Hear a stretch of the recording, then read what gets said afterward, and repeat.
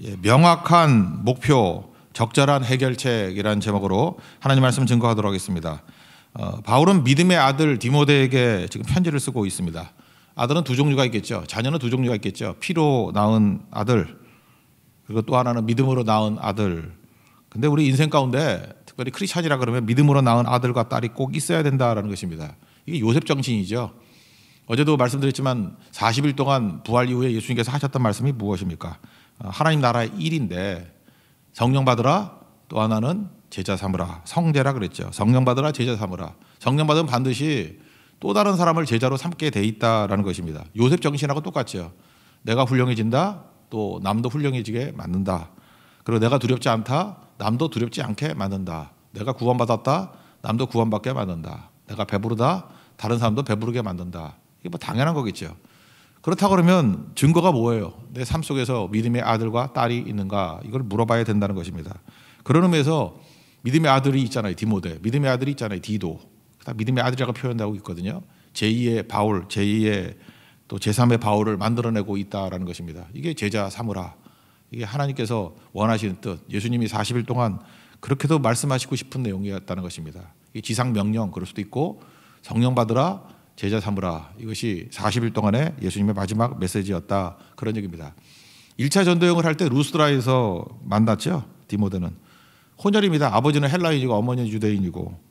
그래서 거기서 믿고 잘 따랐던 것 같습니다. 마게도냐 선교를 했으니까 그때 에베소 교회가 좀 문제가 있었던 것 같아요. 다른 교훈을 전하는 자들이 있어서.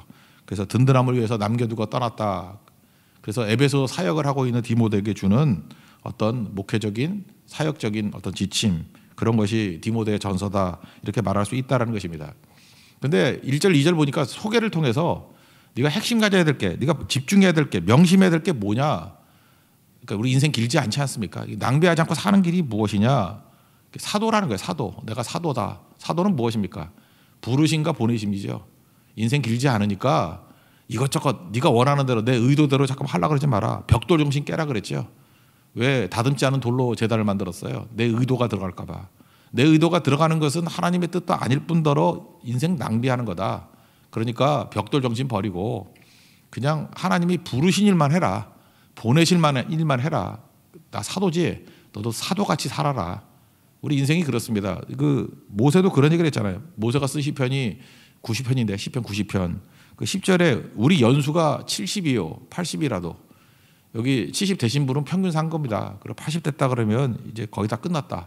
80 넘으신 분들은 보너스죠. 뭐 그런 얘기예요. 120세 살았던 모세조차도 70이요 80이다. 거기서 마이너스도 생각해 보라고요. 얼마 남지 않았죠. 신속기 간이 뒤로 갈수록 날아간다 그러잖아요. 두루마리 화장지 풀리들이 되잖아요. 처음엔 조금씩 없어지다가 마지막에는 빨리 없어져 버리죠. 두루마리 화장지 같은 게 우리 인생이다. 시간이 가면 갈수록 세월이 빨리 간다. 신속히 날아가 버린다. 그래서 뭘 얘기를 합니까? 90장 12절 보니까 우리에게 우리 날 계수함을 가르치자. 지혜로운 마음 갖게 하려고. 뭐가 지혜입니까? To number our days. 뭘 세야 돼요? 1년, 2년 세는 게 아니라는 거예요. 인생은. 달수 세는 것도 아니라는 거예요. To number our days. 날을 세는 거 하루 이틀 이렇게 이런 식으로 날짜별로 살라는 거예요. 낭비하지 말라 그런 얘기죠. 그 낭비하지 않고 사는 비밀이 무엇입니까? 이것저것 잠깐만 하려고 그러지 말고. 젊었을 때는 시간이 많은 줄 알고요. 이것도 해보고 저것도 해보는데 경험이라 그러는데 시행착오가 뭐 많으면 많을수록 뭐 좋습니까 그게. 오히려 요셉같이 하나님 앞에서 직선의 인생을 살아가는 게 좋죠. 짧은 시간 안에 엄청나게 많은 일을 이루었잖아요. 요셉이 방황에서 30살에 총이 됐잖아요. 고난이 있는 것 같이 보이지만 그거보다 빠른 길이 어디 있습니까? 이유가 무엇입니까? 인생 낭비하지 않았기 때문에 그렇습니다. 어떤 일만 했어요? 부르신 일과 보내신 일만. 자기가 의도한 게 하나도 없잖아요. 하나님이 보내시고 부르신 일만 하니까 문제없는 인생을 살아간다는 것입니다. 우리도 인생 그렇게 살아야 된다는 거예요. 그래서 디모데에게 뭐 잔소리같이 얘기 안 하고 나 사도야. 나 사도로 살았어. 부르심과 보내심 가지고 살았어. 너도 그렇게 살아. 그런 얘기죠. 사도라는 게 일절 나오고 그다음에 믿음의 아들이다. 사역 잘하기를 원한다. 하나님께서 이렇게 부르심과 보내심 일을 하면은 뭐 좋은 거 다 주신다는 거죠. 은혜 주시고 긍휼 주시고 평강도 주신다. 그런 얘기입니다. 1절 2절 다 같이 읽겠습니다. 시작. 우리 구주 하나님과 우리의 소망이신 그리스도 예수의 명령을 따라 그리스도 예수의 사도 된 바울은 믿음 안에서 참 아들 된 디모데에게 편지하노니 하나님 아버지와 그리스도 예수 우리 주께로부터 은혜와 긍휼과 평강이 내게 있을지어다. 짤막한 인사같이 보이지만 중요한 메시지도 다 포함되어 있는 거죠. 믿음의 아들이다. 그 다음에 사도인데 너도 사도같이 일해라. 부르심과 보냄 받은 일만 해야 낭비 없는 인생을 산다. 그렇게 얘기를 합니다. 에베소에 남겨둔 이유가 뭐냐? 다른 교훈을 전하는 자가 있기 때문에 그래요. 3절에 보니까 다른 교훈 그랬고 또 10절 맨 뒤에 보니까 바른 교훈 그러죠. 다른 교훈과 바른 교훈 두 개를 비교하고 있다라는 것입니다. 오늘 핵심은 이거예요. 뭐 짧은 시간이니까 뭐 다른 교훈들도 설명할 수 있어요. 근데 바른 교훈을 먼저 붙드는 게 중요하죠. 바른 교훈 아닌 게 다 다른 교훈이니까 가짜니까. 위조지폐 판별법 아시죠? 이게 한국은행 같은 데서 위조지폐 이렇게 판별하는 사람도 훈련을 시킨다 그러잖아요. 그때 가짜 연구 안 한다 그러죠. 가짜는 몇 종류 있죠. 무한대로 있죠. 가짜를 연구해서 뭐래? 진폐, 진짜 돈을 연구하면 진짜 아닌 게 다 가짜니까. 그런 거 아세요? 뭐 이렇게 짝퉁이라 그러죠. 그 진짜 가방도 들어본 사람은 가짜는 보면 안다는데 딱 보면은 진짜를 자기가 계속해서 한 10년 들고 다녔는데 가짜 딱 보면 알지 저거. 저 가짜네. 연구할 필요 없다라는 거예요. 진짜를 알면은 가짜를 알게 되는 거죠. 오늘도 그런 접근을 하겠습니다. 다른 교훈, 뭐 이것도 연구하는 것도 필요하지만 더 중요한 건 뭐예요? 바른 교훈이에요. 바른 교훈. 진짜 교훈이 뭔가. 그래서 오늘 5절이 핵심입니다. 오늘 5절만 살피면 될 것 같아요. 바른 교훈의 핵심은 세 가지 있다고 얘기를 하죠. 이거는 암송했으면 좋겠어요. 1장에서 11절까지 제일 중요한 게 5절이거든요. 이 교훈의 목적은, 이 교훈이 뭐예요? 바른 교훈의 목적은 세 가지예요. 이 세 가지만 외우면 됩니다. 청결한 마음. 두 번째는 선한 양심, 셋째는 거짓이 없는 믿음에서 나오는 사랑. 이 세 가지 붙들면 된다라는 것입니다. 그 차례도 살피겠습니다. 청결한 마음. 야 디모데야, 네가 에베소에 사역을 할 때 시간 많이 없어. 낭비하지 말고 제일 중요한 거 명확한 목표가 있는데 이 세 가지에 초점을 두라는 거예요. 첫째는 청결한 마음이야. 이 마음이니까 뭡니까? 내면에 초점을 두라는 거죠. 외면, 껍데기에 초점을 두면 그거 아무것도 아니야. 잠언 4장 23절을 보니까 모든 지킬 만한 것 중에 더욱 내 마음을 지키라. 생명의 근원 이에서 남이니라. 그러니까 네가 사역을 할 때 내면에 초점을 두는 사역을 해야 돼. 생명의 근원이 거기서 나오기 때문에 그래. 근데 그 마음이 어떤 마음이에요? 청결한 마음. 이 청결하는 게 왜 중요하냐면 청결한 마음을 가져야 네 사역이 쉬워지고 사역이 효과적이 될걸. 예수님의 8가지 복 중에 5번째 복이 무엇입니까?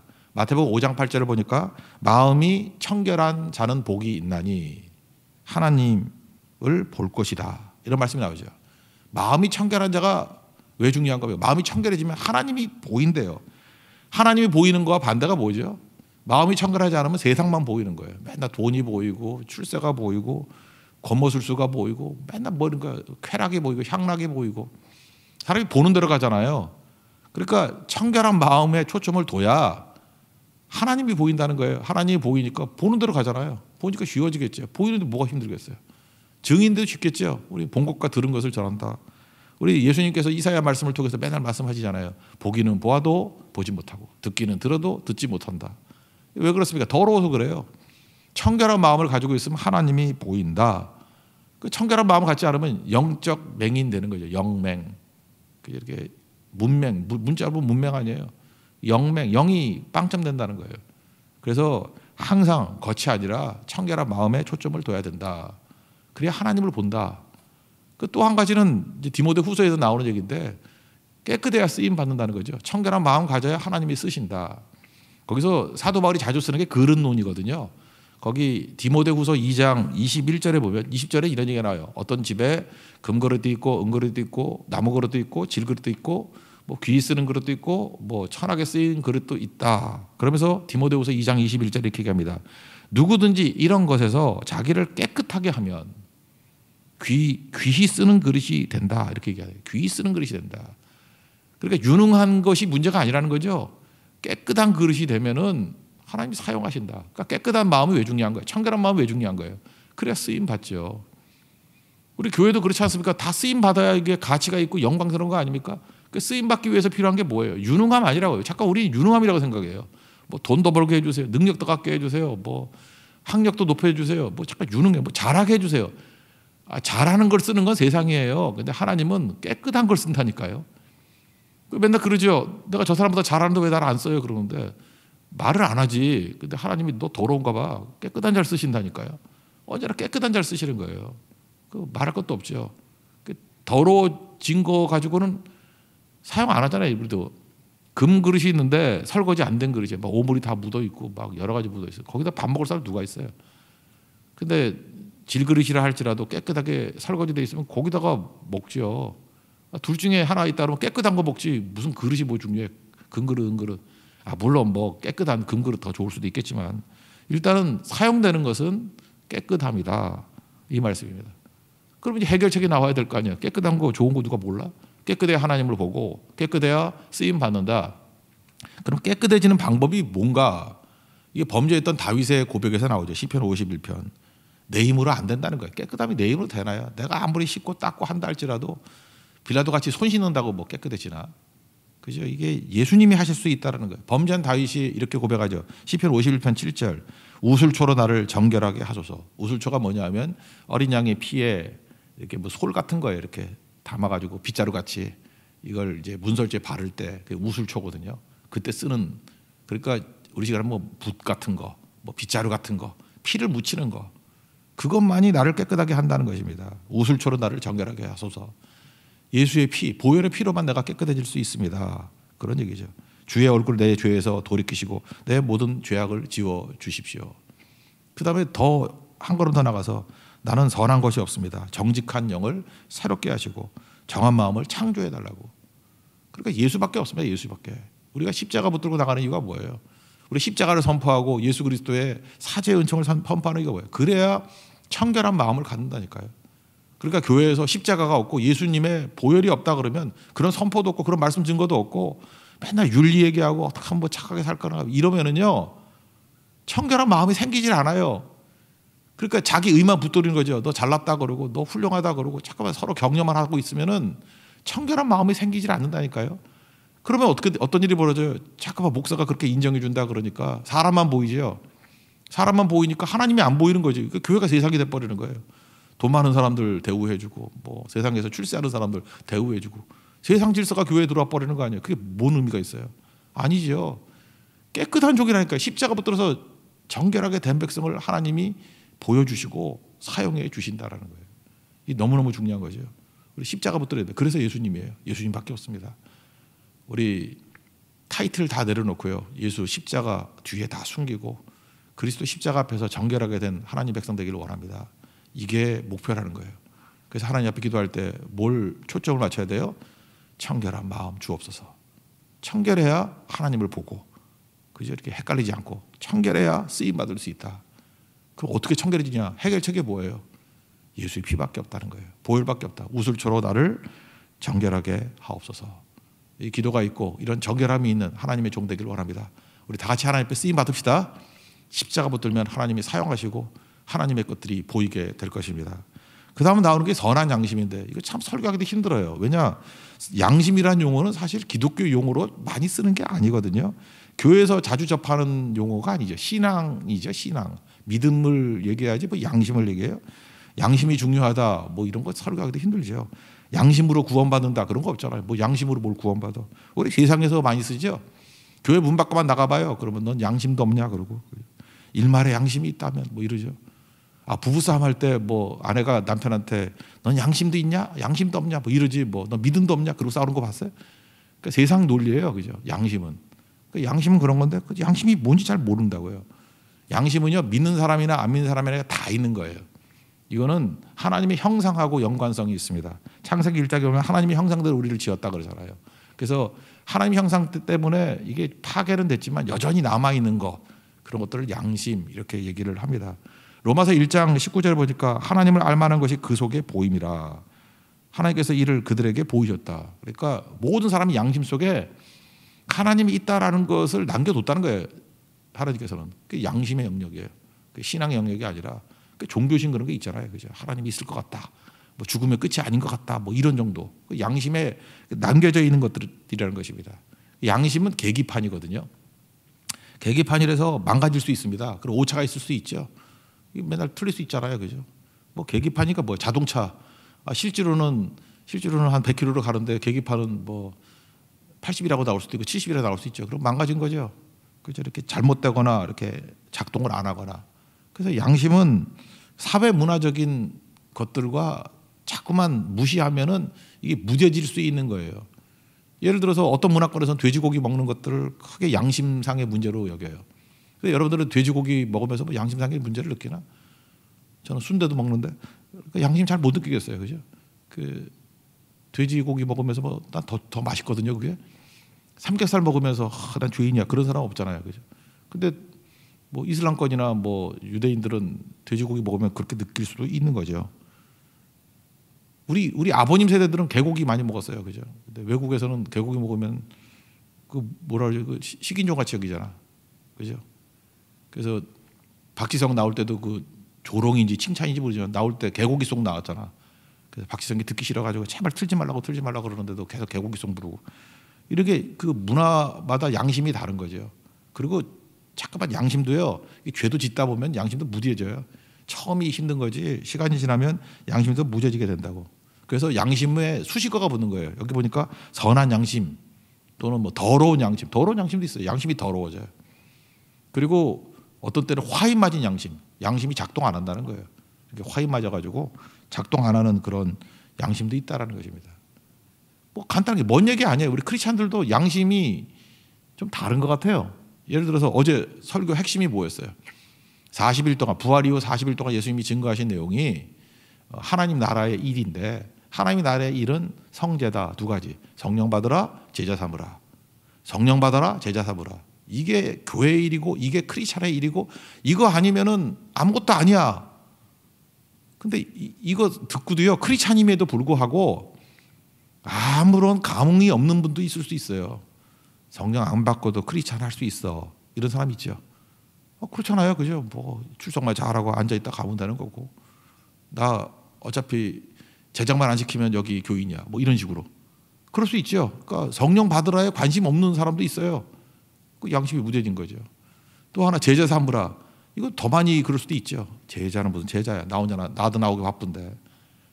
그러죠. 또 다른 사람을 갖다가 이렇게 세워주는 거, 나도 훌륭하고 너도 훌륭해, 요셉 정신, 그런 거 관심 없는 사람 많아요. 증인되는 거 관심 없는 사람 많아요. 전도는 이 시대가 무슨 놈의 전도하는 시대야. 잘 보세요. 예수님이 40일 동안 그렇게 핵심이다라고 말했던 거에 대해서 못 느끼는 사람 많다니까요. 그거 관심도 없어요. 교회들마다 보세요. 성령 강조 안 하는 교회도 많고요. 제자 삼는 거 강조 안 하는 교회도 많아요. 전도 안 하는 교회도 많다. 선교 선택이라고 생각하잖아. 그래서 우리 교회 어떤 사람은 얘기하더라고. 이 교회는 선교하는 교회라고. 근데 되묻고 싶어요. 선교 안 하는 교회도 있나? 본질인데 이 교회는 성령이 역사하는 교회고 성령이 없는 교회도 있나? 성령이 없으면 교회 아니잖아요. 제자 삼지 않으면 교회 아니잖아요. 근데 그렇게 생각 안 하는 사람이 있다고. 이거 뭐야? 양심의 문제거든. 양심이 무뎌진 거예요. 그러면 핵심이 뭐냐? 양심을 선한 양심으로, 이 선한 양심을 살려낸다는 뜻이거든요. 그럼 선하다라는 수식어가 붙는 해결책이 뭡니까? 양심을 선한 양심으로 만드는 해결책이 뭐예요? 저는 그게 모세에게서도 힌트를 얻을 수 있다고 생각해요. 성경에서 선하다라는 말과 동의어가 뭐냐면 영광이에요. 영광.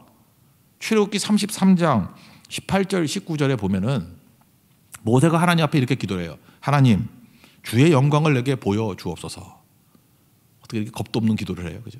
하나님, 내게 하나님의 영광을 보여주옵소서. 그랬더니 하나님이 어떻게 하십니까? 옛다 영광이다. 그러고 보여줘요. 여기서 영광의 동의어가 뭔지를 알게 보여요. 이게 출애굽기 33장 19절에 나오는데 주의 영광을 보여주옵소서. 그랬더니 여호와께서 이르시되 내가 내 모든 선한 것을 내 앞으로 지나가게 하고 이랬어요. 그러니까 영광의 동의어가 뭐예요? 내 모든 선한 것을 보여주는 것. 영광 보여달라 그랬더니 하나님을 뭘 보여줬어요? 모든 선한 것을 보여줬어요. 그래서 여러분 성경을 읽을 때 제가 그런 얘기 있잖아요. 구약에서 축복이라 그러면 동의어가 신약에서는 은혜라고. 이렇게 치환할 수 있다고. 그리고 신약에서 은혜 그러면 잘 은혜가 이해가 안 되면 축복이라고 번역하면 거의 맞다고. 그러면 이게 교호적으로 사용하면 이해가 된다고. 여러분 선함이 이해가 안 되면요, 영광으로 이해하면 돼요. 영광을 보여주세요. 그러면 선함을 보여주시고, 선함을 보여주세요. 그러면 영광을 보여주고. 그러니까 영광을 만나야 선해진다. 뭐 이렇게도 말할 수 있다라는 것입니다. 그래서 그 다음 하나님께서 뭐라고 말씀하시냐면은 은혜 베풀 자에게 은혜를 베풀고 긍휼히 여길 자에게 긍휼을 베푸느니라. 이게 앞뒤가 안 맞는 것 같이 보이죠. 영광을 보여달라 그랬더니 모든 선함을 보여줄게. 선함이 뭐야? 토부거든요. 합력하게 선을 이루는 거. 은혜 받는 모습 보여줄게. 그게 영광 볼 거예요. 긍휼을 받는 모습을 보여줄게. 그게 영광이라고요. 그러니까 영광을 보여달라 그러면 모든 선한 것을 보여주시는 거예요. 선하다 그럴 때 뭐예요? 영광이 임해야 선함이 뭔지를 알게 된다라는 거예요. 선한 사마리아 사람의 비유 뭐 이런 거 보면 알잖아요. 거기서 영광을 보는 거죠. 영광을 봤어요. 봤더니 선한 사람 되잖아요. 거기 외면하고 지 살겠다고 막 그랬는데 섬기잖아요. 희생하면서. 이게 바로 뭐예요? 선함을 보여주잖아요. 그게 영광이라니까요. 영광과 선함이 이렇게 교우적으로 나타나게 된다라는 것입니다. 요셉이 하나님의 영광을 봤습니다. 그랬더니 그의 선함이 나타나죠. 훌륭해지잖아요. 그죠? 그리고 형들도 훌륭하게 만들잖아요. 이게 연결돼 있잖아요. 그래서 한마디로 얘기해서 교회는 하나님의 영광이 있어야 된다는 거예요. 영광이 있어야 선한 양심 이게 다 회복이 된다는 것입니다. 그래서 여러분들 지금도 이해가 안 되면은 이 출애굽기 33장 말씀을 통해서 이 18절 19절의 말씀을 통해서 영광을 이해를 잘못하면은 모든 선한 것이라는 것이 잘 이해가 안 된다 그러면 영광이다고. 이걸 치환적으로 보면은 거의 해결책이 될 수 있다라는 것입니다. 그러면 선한 양심을 가지라. 선한 양심은 어떻게 가는 겁니까? 하나님의 영광을 보는 겁니다. 하나님의 영광. 그죠? 하나님의 영광 가운데 나아가면 그죠? 이게 선한 것들이 회복되기 시작한다는 거예요. 선한 게 뭡니까? 끝이 좋다는 거 아니에요. 은혜 받아서 승리하고 긍휼 받아서 승리하고 평강으로 그 영광 아니에요? 감옥에서도 막 평강 가운데 있고 그러는 거. 거기서 선한 양심이 선한 것들이 다 살아나기 시작한다는 것입니다. 하나님 영광을 통해서 선한 양심이 회복될 수 있는 하나님의 거룩한 종 되기를 축원합니다. 그다음에 세 번째는 거짓이 없는 믿음인데 거짓이 없는 믿음이다. 수식어 거짓이 없다. 이 믿음이 중요한 거 아니에요. 믿음으로 구원받고 믿음으로 세상을 이기고 믿음으로 뭐 승리하고 그러잖아요. 근데 믿음의 최고 대적이 뭐냐면 거짓이 침투하는 거예요. 믿음이 너무너무 좋으니까 마귀가 이 거짓이 침투된 믿음을 만들어 버린다는 거예요. 그러니까 믿음의 거짓이 침투되지 못하게 하라. 이게 중요한 거죠. 거짓이라는 말이 그 히포크라시인데 그 뭐 영어도 똑같이 쓰네. 그죠? 위선이잖아, 위선. 위선 원래 뜻은 가면쓰다예요. 그러니까 이걸 한마디로 얘기하면 연기하는 믿음 가지면 안 된다는 거예요. 믿음은 연기 같이 하면 안 돼요. 연기하듯이 이렇게 배우같이 연기하듯이 하는 것들을 버려야 된다. 연기하는 게 뭐죠? 척하는 거죠. 아니면서 척하는 거. 그걸 갖다 외식이라 그러잖아요. 외식. 금식하면서도 뭐 금식하는 척하는 거. 기도하면서도 기도하는 척하는 거. 뭐 구제도 구제하는 척하는 거. 그런 게 믿음에서 진짜 위험하다는 거예요. 그래서 믿음은 척하면 안 된다는 거예요. 척하면. 약간 위조하는 거죠. 인간은 거짓이 있어요. 거짓이. 그러니까 믿음 좋은 척 그거 제일 무서운 거예요. 믿음 있는 척. 그럼 그 믿음 아니에요, 그거. 그래서 예수님께서 죄인과 뭐 세리 이런 사람들은 다 받아줬잖아요. 위선이 없기 때문에. 근데 바리새인들한테 회칠한 무덤들아 독사의 자식들아 하면서 욕이란 욕은 다 해버린 이유가 뭐예요? 그 가짜 믿음이기 때문에 그래. 왜 가짜가 됐죠? 거짓이 침투한 믿음이니까. 그 믿음에서는 거짓이 들어가면 절대로 안 된다는 거예요. 여러분 옛날에 뭐 학력 위조 그런 거 있잖아요. 거짓말 밥 먹듯이 하는 것들 있죠. 그죠? 거짓말 지가 하는지도 몰라. 아침 저녁으로 거짓말하고. 나중엔 자기도 속이죠. 그걸 리플리 증후군 그러지 않아요?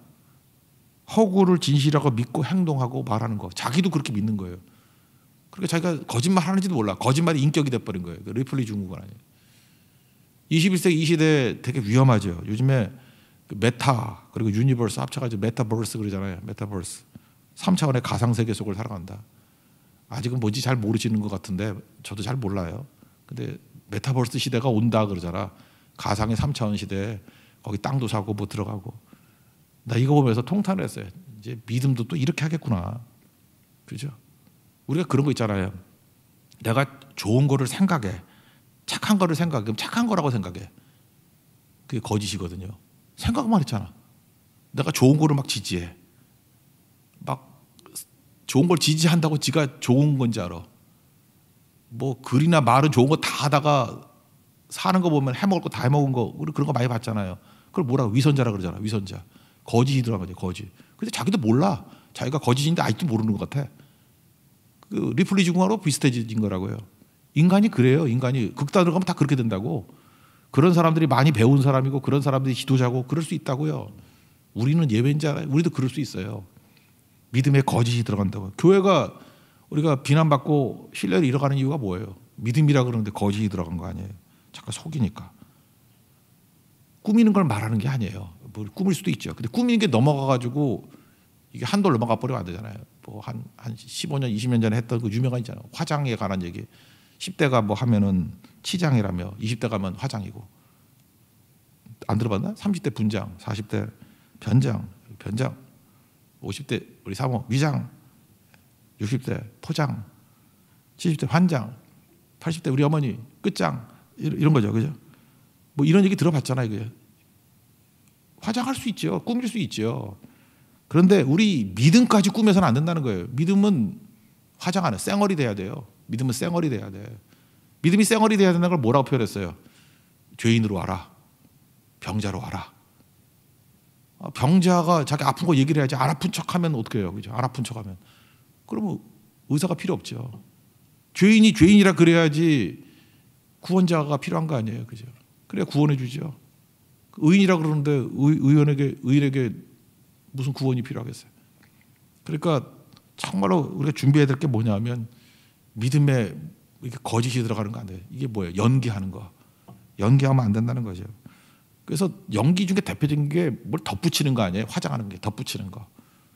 헬라인들이 덧붙이는 거를 신화라 그래요. 그래서 그리스 로마 신화 있잖아요. 헬라인들 신화.